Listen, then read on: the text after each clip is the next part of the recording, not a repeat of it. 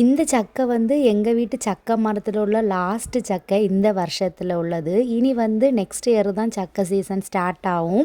இந்த சக்கை வந்து எங்க வீட்ல அதிகமா பழுத்து சாப்பிட்றத விட இதே மாதிரி அந்த சக்கை கறி வச்சு அப்புறம் இந்த ஸ்டீம் பண்ணி சாப்பிட்றதுக்கு ரொம்ப பிடிக்கும். இது வந்து இந்த கப்பக்கிழங்கு வந்து ஸ்டீம் பண்ணி அப்புறம் அதில் வந்து இந்த சம்மந்தி, இந்த வெங்காய சட்னி, இந்த தேங்காய் எண்ணெய்லாம் ஊற்றி சாப்பிடுவாங்க. அதே மாதிரி இந்த சக்கையவே இட்லி குப்பரையில் ஸ்டீம் பண்ணி இந்த தொட்டு சாப்பிடும்போது அவ்வளோ சூப்பராக இருக்கும்.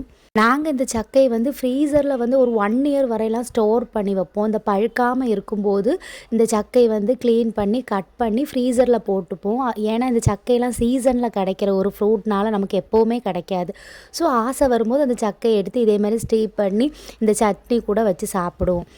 நைட்டு டின்னருக்கு வந்து நான் இந்த சக்கை தான் சாப்பிட்டேன். சாப்பிட்டதுக்கப்புறம் நான் ஃபிஷ் கட் பண்ண போயிட்டேன். எனக்கு வந்து இந்த ஃபிஷ்ஷு வந்து கத்தியில் கட் பண்ணுறத விட எனக்கு இந்த சிசரில் கட் பண்ணுறது தான் எனக்கு ரொம்ப பிடிக்கும். உங்களுக்கு எத்தனை பேருக்கு இந்த சிசரில் கட் பண்ண பிடிக்கும்னு சொல்லுங்கள்.